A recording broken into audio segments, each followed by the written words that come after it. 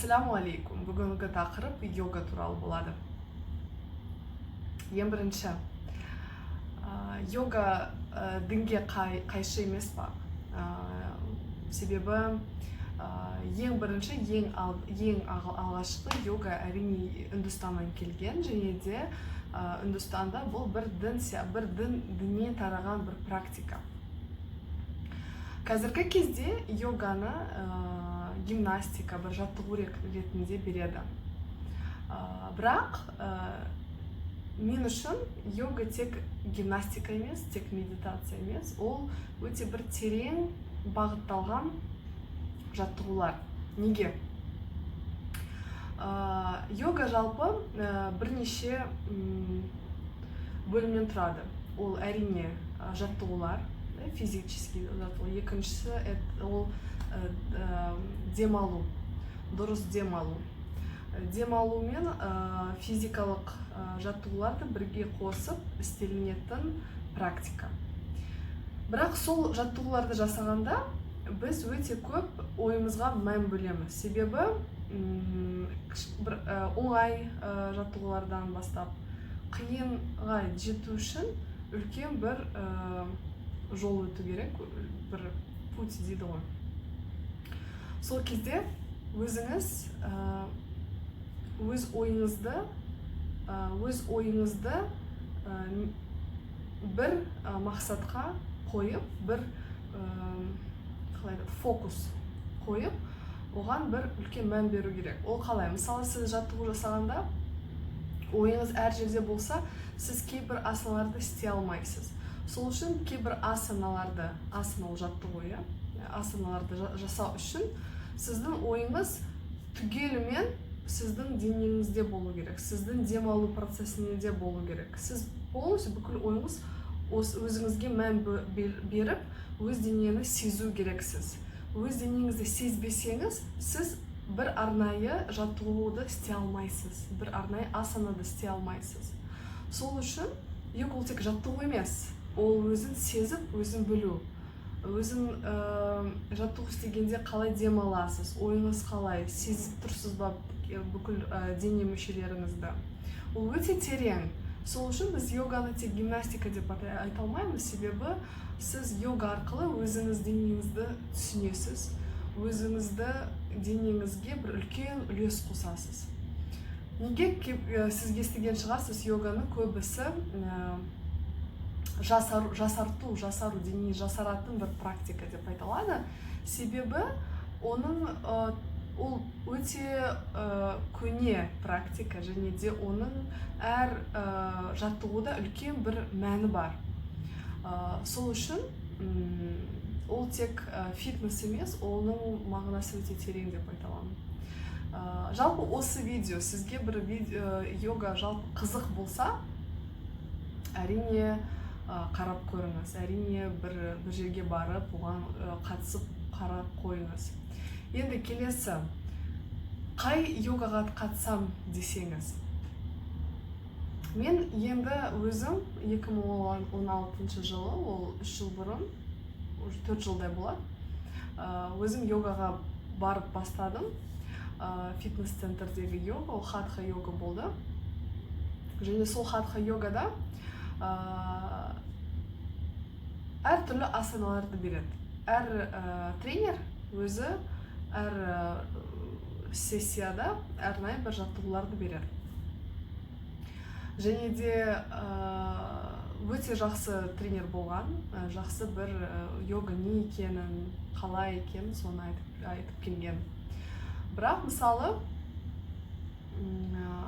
хатха йоганы біз әрине ең басты йога, ең көне йога деп аталады, ең алғашқы. Және де содан кейін өте көп басқа түрлері де шықты. Сіз қай йогадан бастайын десеңіз, ешқандай практика болмаса, сіз бұрында қатыспаған болсаңыз, онда әрине хатха йогаға барыңыз. Арнайы бір сізге бір керекті асаналарды, бір бастапқы деңгейге арналған асаналарды береді сізге. Енді менің өзімнің практика бойынша мен өзім инструктор болып хатха йога инструкторы болып қазір бітіріп жатырмын оқуды, бастапқы деңгейге оқыту үшін. Ал параллельно оған мен аштанга йоганы қатысып жүрмін. Аштанга йоганы мен ең бірінші 2017 жылы бардым Алматыда. Ол енді басқа, асаналар бірдей, бірақ аштанга йоганың несі ең бастапқы айырмашылығы, ол арнайы бір асаналар берілген. Әр адам аштанга йога басталған, сол бастапқы деңгейден бастайды. Сол асаналардың түрлері фиксированный. То есть ол бір флоу дейді ғой, оны бір арнайы бір асанадан кейін екінші асана, үшінші асана бір беріледі. Сіз соны бәрі үйренбегенше екінші деңгейге өтпейсіз.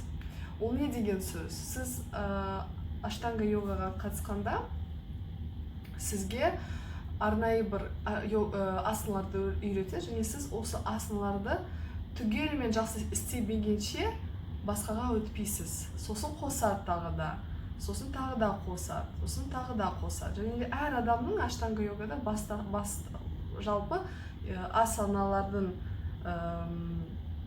орындары бірдей. Және де сіз инструкторға қарап, оған қарап істемейсіз. Сіз өзіңіз сол асанды есте сақтап, осыны істейсіз. Өзіңіз денеңізді, өзіңіздің демалу процесіне қарап, соны бәрін істейсіз. Сол үлкен екі айырмашылығы. Хатха йогада әр сабақ сайын тренер сізге басқа әртүрлі асаналарды көрсетеді, сіз оған қайталап істейсіз. Аштанга йогада сіз определенный бір уже асаналардың секвенс,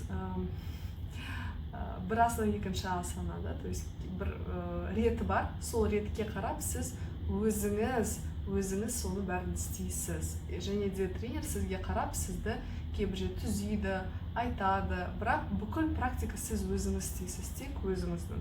Мен оны ол да бір медитацияның түрі. Сіз өзіңізді тыңдап, денеңізді тыңдап, бүкіл сол позаларды істейсіз.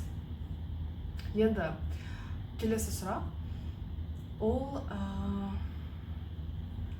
қай жерге бару, қай жерге қатысуға болады. Енді мен тек Алматыны айта аламын, себебі өзім Алматыда қатысып жүргем.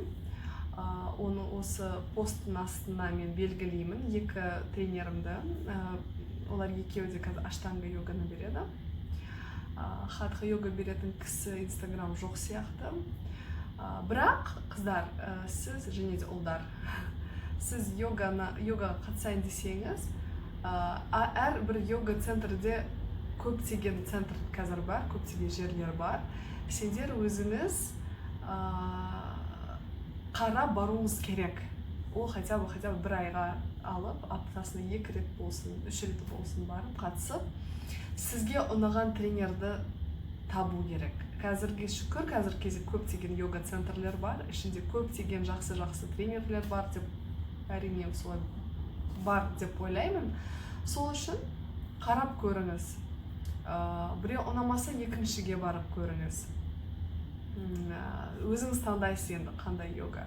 Осы басқа хатха мен аштанга гөрі тағы да әрине бар, бірақ мен оларға қатыспадым, айта алмаймын. Өзім тренер болған соң сізге осы екі ең бастапқы бір йога түрлерін айттым. Осы видео сізге пайдалы болды деп ойлаймын. Сұрақтарыңыз болса маған жазыңыз. Йога туралы басқа сұрақтар болсын. Рахмет.